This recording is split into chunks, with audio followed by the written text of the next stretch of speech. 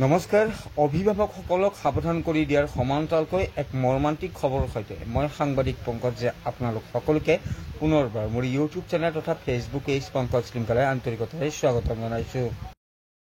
গোৱালপাৰা জিলাৰ এটা প্ৰান্তত এগৰাকী কিশোৰ সমনীয়াৰ সৈতে গা ধুবলৈ গৈ নদীত সন্ধানহীন হোৱাৰ এক মৰ্মান্তিক ঘটনা সংঘটিত হ'ল। বৰ্তমানলৈকে কোনো সংসুত্ৰ লাভ কৰা নাই কিশোৰজনৰ। আৰু গোৱালপাৰা জিলাৰ ৰংচাই আৰক্ষী চকীৰ অধীনস্থ যি বাঙালপাৰা নামৰ গাঁওখন আছে, সেই বাঙালপাৰা গাঁওখনৰ মাজেৰে বৈ যোৱা জিঞ্জিৰাম নৈখনতে সংঘটিত হৈছে এই মৰ্মান্তিক ঘটনাটি।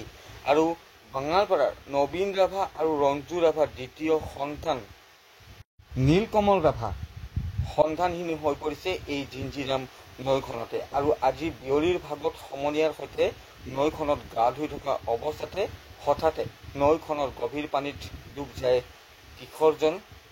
আৰু কিশোৰজন হঠাতে নদীৰ মাজত নিখোজ হৈ পৰাৰ পিছতে সমনীয়াৰ যিকেইজন ল'ৰা আছিল তেওঁলোকৰ মাজত হোৱা দোৱা লাগে খবৰ দিয়ে স্থানীয় লোকসকলক।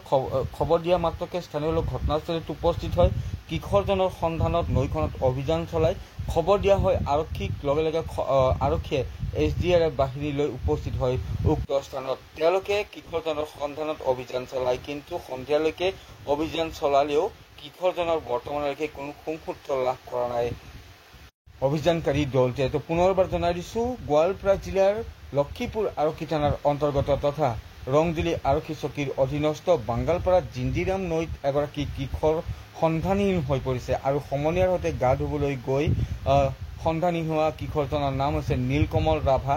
আৰু নীলকমল ৰাভা হৈছে বাঙালপাৰাৰ নবীন ৰাভা আৰু ৰঞ্জু ৰাভাৰ দ্বিতীয় সন্তান। তো এটা মৰ্মান্তিক ঘটনা সংঘটিত হ'ল সন্ধিয়াৰ ভাগৰ ইয়াৰ দৃশ্যাংশ আপোনালোকে দেখি আছে। আৰু যিহেতু সন্ধিয়া নামি আহিছে তাৰ কাৰণে অভিযান সামৰিব লগা হ'ল। অহাকালি ৰাতিপুৱাৰ ভাগত নীলকমল ৰাভাৰ সন্ধানত পুনৰ অভিযান চলাব SDRF বাহিনীয়ে। অভিভাৱকসকল একদম সাৱধান হ'বৰ হ'ল, কিয়নো বৰ্তমান যিহেতু বাৰিষা কালত নদ নদীসমূহ উপচি পৰিছে। আৰু এনে সময়তে আমাৰ গাঁও অঞ্চলত বিশেষ কৰি দেখিবলৈ পোৱা যায় যে সমনীয়াৰ সৈতে কিশোৰসকল লগ লাগি নৈসমূহত গা ধুবলৈ যায়। তো এনেধৰণৰ কাৰুকাৰ্য কৰাৰ পৰা আপোনাৰ সন্তানক বাধা দিয়ক। কিবাকৈ হ'লেও তেওঁলোকে যাতে এনেধৰণৰ নদীসমূহত উপচি পৰা নদীসমূহত যাতে গা ধুবলৈ নাযায়, তাৰ বাবে তেওঁলোকক যিমান পাৰে বাধা দিয়ক। কাৰো সৈতে যাতে এনেধৰণৰ ঘটনা নহয়।